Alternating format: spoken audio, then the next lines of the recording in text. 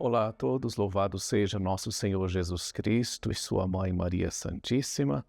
Eu sou o Padre Eli e neste encontro quero meditar com vocês todos uma temática intitulada Os Méritos e as Indulgências. Mas antes de procedermos, vamos invocar o auxílio de Nossa Senhora, a intercessora de todas as graças. Ave Maria, cheia de graça, o Senhor é convosco. Bendita sois vós entre as mulheres, e bendito é o fruto do vosso ventre, Jesus. Santa Maria, Mãe de Deus, rogai por nós, pecadores, agora e na hora de nossa morte. Amém. Nossa Senhora da Conceição Aparecida, rogai por nós. Sede da sabedoria, rogai por nós. Em primeiro lugar, queria lhes convidar a ir a uma fonte segura para refletir sobre os méritos e também, igualmente, as indulgências. Então, vamos ao Catecismo da Igreja Católica, a partir dos números do 2006 até o número 2011. De 2006 a 2011, vamos encontrar nestes números uma explicação do magistério da Igreja, que nos dá segurança, que interpreta autenticamente para nós as Escrituras e nos confirma na fé e orienta também o nosso agir. Eu sempre gostei de repetir uma frase de Santo Agostinho, que diz que os nossos méritos são dons de Deus. E ao debruçar-me sobre estes números, estes parágrafos do catecismo, então fui à fonte. Esta afirmação, sobretudo, é feita no Concílio de Trento. Naturalmente, Santo Agostinho é lá do século V. Então, o Concílio de Trento desdobrou, fundamentou-se nesta afirmação de Santo Agostinho, que é chamado o Doutor da Graça. Pois bem, o concílio vai dizer: na Assembleia dos Santos, vós sois glorificado, e coroando seus méritos exaltais vossos próprios dons. Referindo-se aos santos, esta afirmação, esta doutrina aparece no prefácio, na oração da Igreja, quando celebramos os santos.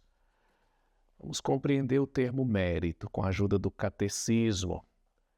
A palavra mérito designa, em geral, a retribuição devida por uma comunidade ou uma sociedade à ação de um de seus membros, sentida como boa ou má, digna de recompensa ou castigo.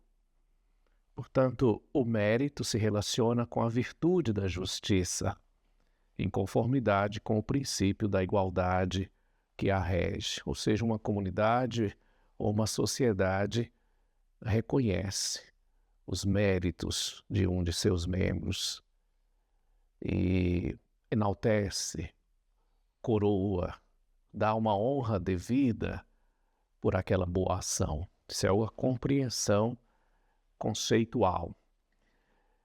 Diante de Deus, em sentido estritamente jurídico, não há mérito da parte do homem. Diante de Deus, o homem não pode reivindicar os méritos para as suas ações. Entre ele e nós, a diferença é infinita, pois dele tudo recebemos, dele que é o nosso Criador. Ou seja, diante de Deus, tudo que somos e temos é pura gratuidade do seu amor.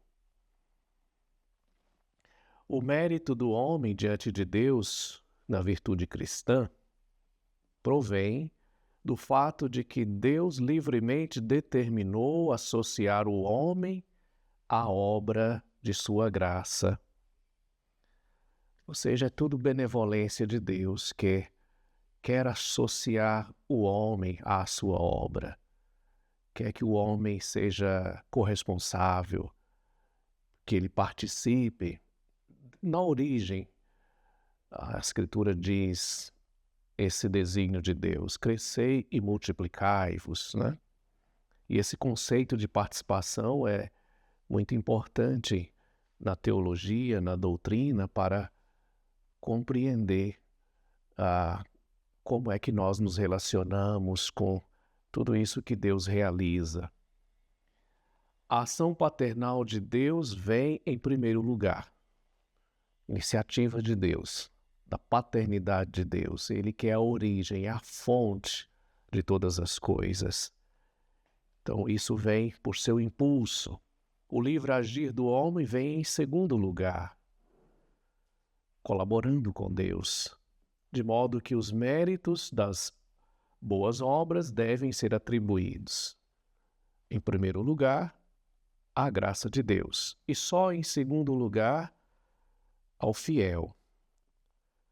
Não podemos inverter, né, as coisas, achando que é tudo fruto do nosso esforço e que Deus acrescentou algo. Pelo contrário, é de Deus que tudo recebemos e nós participamos pela graça dessa generosidade de Deus que nos beneficia.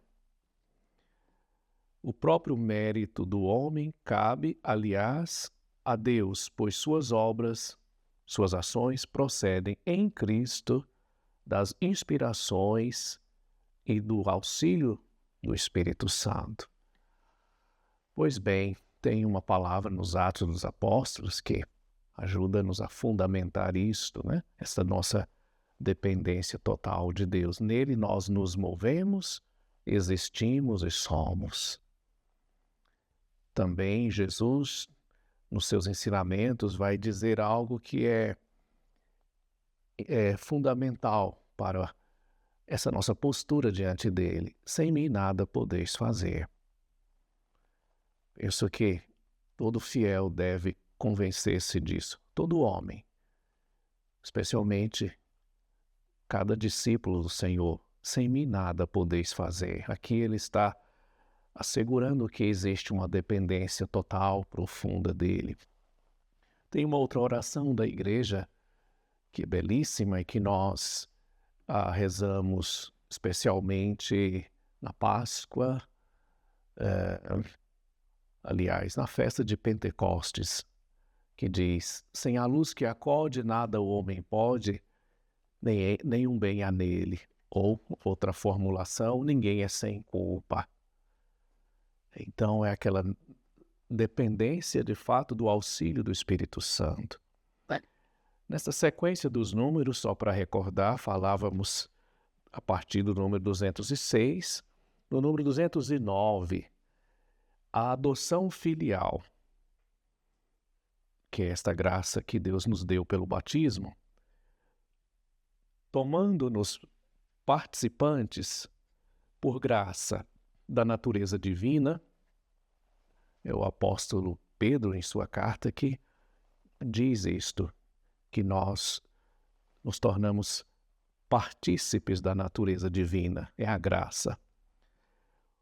Por nos conferir, segundo a justiça gratuita de Deus, verdadeiro mérito.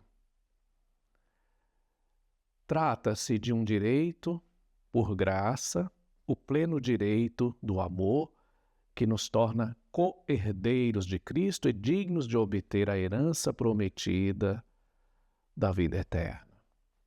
Então, nós nos tornamos filhos e, no Filho, herdeiros dessa graça pelos merecimentos de Jesus Cristo. A graça, ou melhor ainda dizendo, os méritos de nossas boas obras são dons da bondade divina.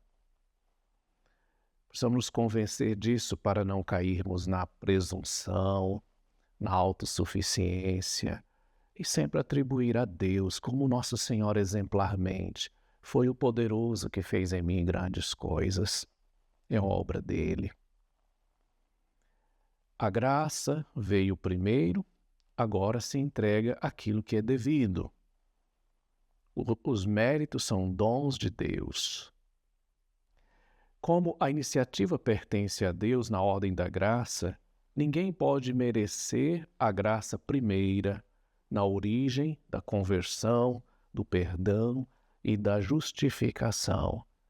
É Ele quem nos dá a graça, é Ele quem nos justifica. Perdão, per dono, um dom dado gratuitamente.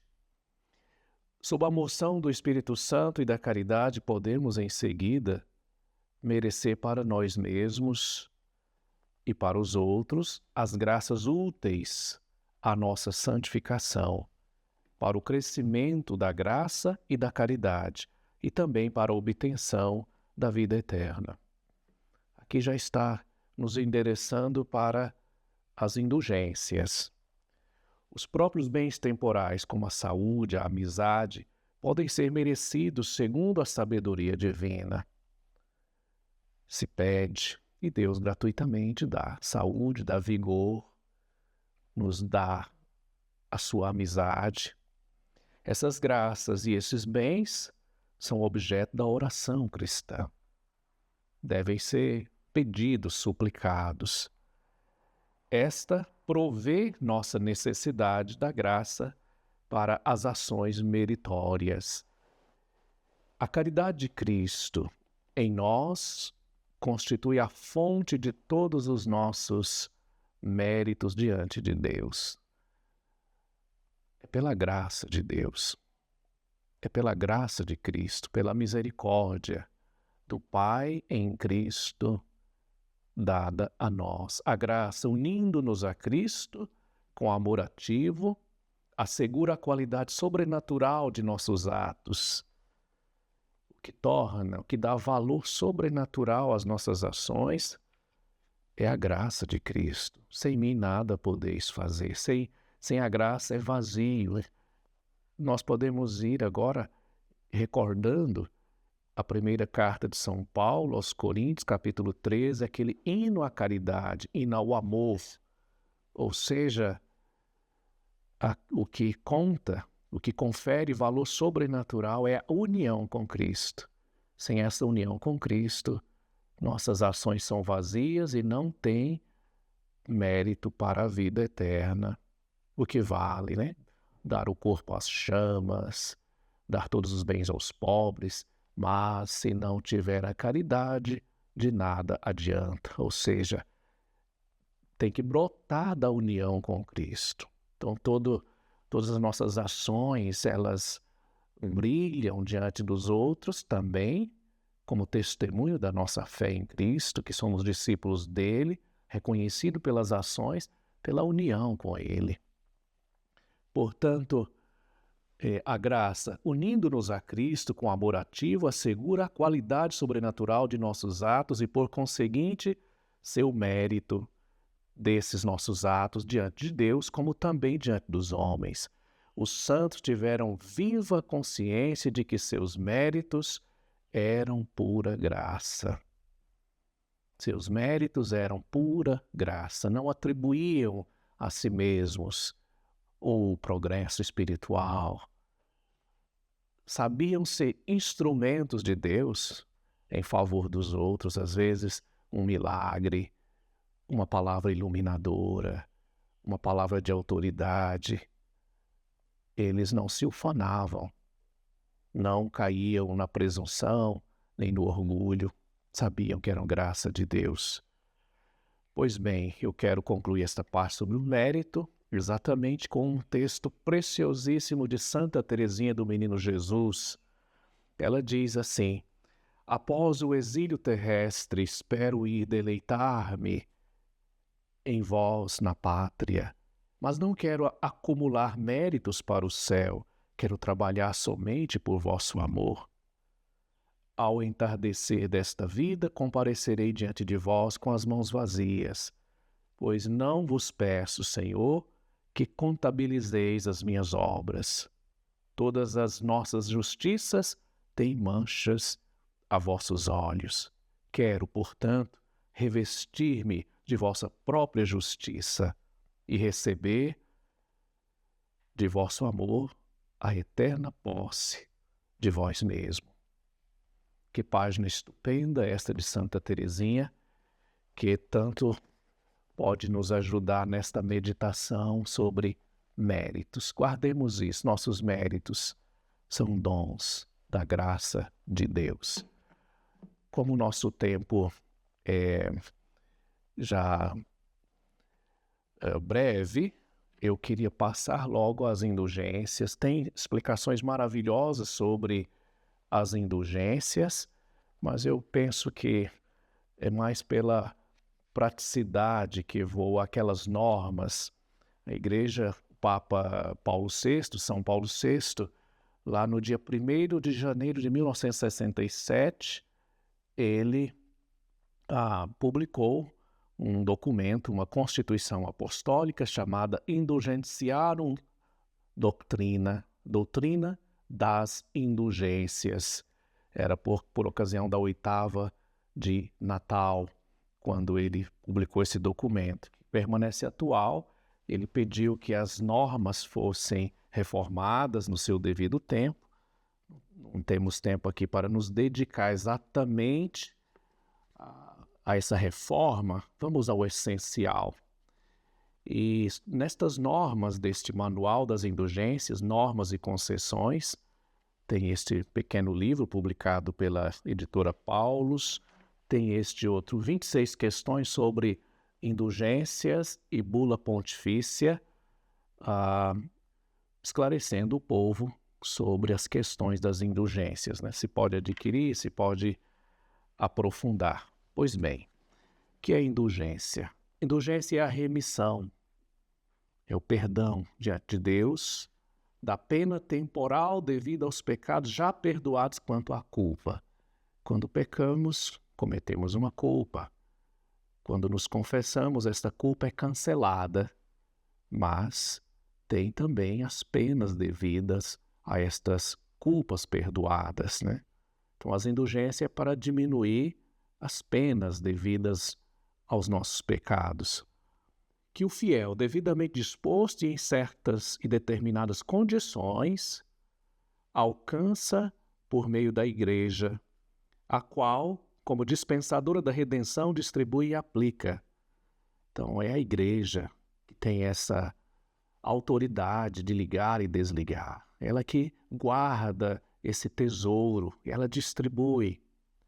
Aplica com autoridade o tesouro das satisfações de Cristo e dos santos. O Senhor deu a Pedro as chaves, o poder de ligar e desligar. A Igreja pode determinar, pode abrir esse tesouro para nós. Se a gente acolhe, se experimenta os frutos. Outra norma destas emanações da Santa Sé, da Santa Igreja, a indulgência é parcial ou plenária. Vamos guardar bem essas distinções. Conforme liberta em parte, parcial, ou no todo, da pena temporal devida aos pecados, é a indulgência plenária. Ninguém pode lucrar indulgências a favor de outras pessoas vivas. Pode em próprio benefício ou em benefício dos fiéis defuntos, né? Qualquer fiel pode lucrar indulgências parciais ou plenárias para si mesmo ou aplicá-las aos defuntos como sufrágio, para aplacar, diminuir as penas daqueles que partiram deste mundo com necessidade ainda de purificação. O fiel que, ao menos com o coração contrito, faz uma obra enriquecida de indulgência parcial, com o auxílio da Igreja, alcança o perdão da pena temporal, em valor correspondente ao que ele próprio já ganha com sua ação. A divisão das indulgências em pessoais, reais e locais já não se usa, né? Com essa reforma passou a usar indulgência parcial, indulgência plenária, e também já abandonou a prática antiga de pensar em dias, tempo, indulgência para tantos dias, tão parcial ou plenária. Ah, outras normas para que nos ajude a beneficiar, a recorrer a esta graça das indulgências que todos nós necessitamos, queria agora expor. Para que alguém seja capaz de lucrar indulgências, deve ser batizado, não está excomungado quer dizer fora da comunhão com a igreja, por alguma ação que o colocou automaticamente fora desta comunhão, ou até mesmo por uma sentença declarada pela igreja, por um delito que o levou a essa sentença. Pois bem, deve ser batizado, não está excomungado, e encontrar-se em estado de graça, pelo menos no fim das obras prescritas. Está cumprindo uma obra indulgenciada, saiba que é necessário o estado de graça, reconhecendo a necessidade. Procura-se fazer uma confissão sincera, bem feita, bem preparada, através de um exame de consciência sério, invocando o Espírito Santo para conhecer os recantos mais íntimos, né, da alma e ter propósito. Ainda, o fiel deve também ter intenção, ao menos geral, de ganhar a indulgência. Não é simplesmente associar-se a uma oração que está feita e fazê-la mecanicamente. Deve colocar uma intenção, reconhecer a necessidade ou a intenção de favorecer, ofertar em favor dos fiéis defuntos, né? E cumprir as ações prescritas, ter intenção, cumprir as ações prescritas daquela obra, anexa àquela obra, no tempo determinado e no modo devido, segundo o teor da concessão. Então tem muitas obras indulgenciadas. Foi anunciado, foi falado, foi motivado, eu quero fazer. Se pode ir nesse manual de indulgências e conhecer uma série de orações indulgenciadas, com indulgências parciais e obras também com indulgências plenárias. Então eu escolho uma, ou a igreja está promovendo, eu quero ganhar, eu quero rezar em favor dos outros, vou cumprir a obra estabelecida. A indulgência plenária só se pode ganhar uma vez ao dia.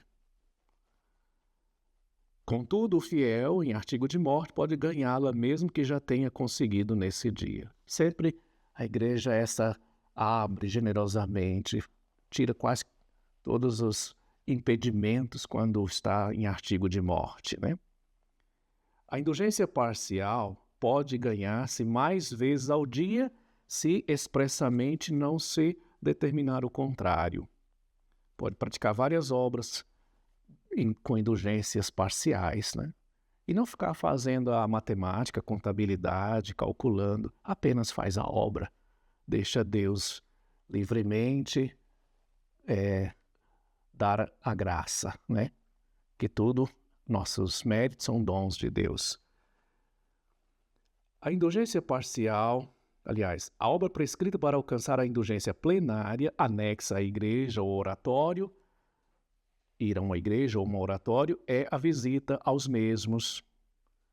Neles se recitam a oração dominical, Pai Nosso, o símbolo dos apóstolos, né? Então, o Pai Nosso e o Creio, a não ser caso especial em que se marque outra coisa. Então, de norma, ordinariamente, quando se fala a oração dominical, Pai Nosso, e o símbolo dos apóstolos é o creio, Deus Pai, Todo-Poderoso, etc. Para lucrar a indulgência plenária, além da repulsa de todo o afeto a qualquer pecado, até venial, requerem-se a execução da obra enriquecida da indulgência e o cumprimento das 3 condições seguintes. Guardemos bem isso, né? Todas estas obras são acompanhadas dessas exigências, né? Confissão sacramental, comunhão eucarística e a oração na intenção do Sumo Pontífice. Já, já indicamos o Pai Nosso, creio, que se oferece em favor das intenções do Papa. Mas esse detalhe aqui, repulsa de todo afeto a qualquer pecado. Eu não quero ofender a Deus, nem mesmo com faltas veniais. É este o meu firme propósito. Com uma só confissão, podem ganhar-se várias indulgências, mas com uma só comunhão e só uma oração alcança-se uma só indulgência plenária. Então, uma confissão me prepara para realizar várias obras indulgenciadas, mas a comunhão cada vez. Portanto, guardemos isto. Com uma só confissão podem ganhar-se várias indulgências, mas com uma só comunhão e uma só oração alcança-se só uma só indulgência plenária, que só ganha uma ao longo do dia. As 3 condições podem cumprir-se em vários dias. Isso facilita para os confessores. Às vezes não é possível atender todos que estão interessados em indulgências, como, por exemplo, o dia de finados, né? Antes ou depois da execução da obra prescrita, né? Podem cumprir-se em vários dias, antes ou depois da execução da obra prescrita. Convém, contudo, que tal comunhão e tal oração se pratiquem no mesmo dia da obra prescrita. Então não está naquela urgência de se confessar. Então, comunga, faz a obra e procura, naquele espaço, fazer a confissão. Não estava em pecado grave, naturalmente. E pode fazer a confissão previamente também, preparando-se para o dia, seja daquela visita a uma igreja, um oratório, ao cemitério, etc. Se falta a devida disposição, ou se a obra prescrita e as 3 condições não se cumprem, a indulgência será só parcial. Não se perde tudo, mas compromete aquele propósito da indulgência plenária. E no fundo é Deus quem sabe. Procuramos reunir as melhores condições, cumprir bem a obra prescrita, no entanto, colocamos nas mãos de Deus. Salvo que se prescreve, então, outras normas a favor daqueles que estão impedidos. Tem pessoas que desejam ganhar uma indulgência, mas estão impossibilitadas fisicamente ou por algum outro motivo. Mas a igreja é generosa com todos esses, com os doentes em casa, com quem está nos hospitais, impedidos. Se pode unir-se espiritualmente e praticar o que está ao alcance. Estamos falando para as pessoas que estão nas condições normais de poder cumprir estas obras. E, por fim, destacaria ainda, para a aquisição de indulgências é suficiente rezar a oração alternadamente com um companheiro ou segui-la com a mente enquanto o outro a recita.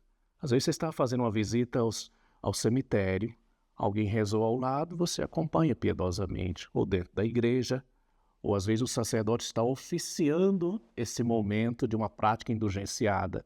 Segue as orações, balbuciando ou apenas escutando, mas unido sinceramente de coração. Por fim, os confessores podem comutar a obra prescrita ou as condições em favor dos que estão legitimamente impedidos ou impossibilitados de as cumprir por si próprios. Ou seja, o sacerdote tem a faculdade de examinar uma obra e mudar por uma outra possível para o fiel cumprir e assim esperançosamente esperar a graça das indulgências, sejam parciais ou plenárias. É isto, queridos amigos. Desejo a todos que estão seguindo estas formações em preparação à consagração a Nossa Senhora, perseverança, que continue bebendo nestas fontes da doutrina cristã para robustecer a sua fé. Precisamos de uma fé cada vez mais esclarecida, sólida e prática. Abençoe-vos Deus Todo-Poderoso, Pai, Filho e Espírito Santo. Amém.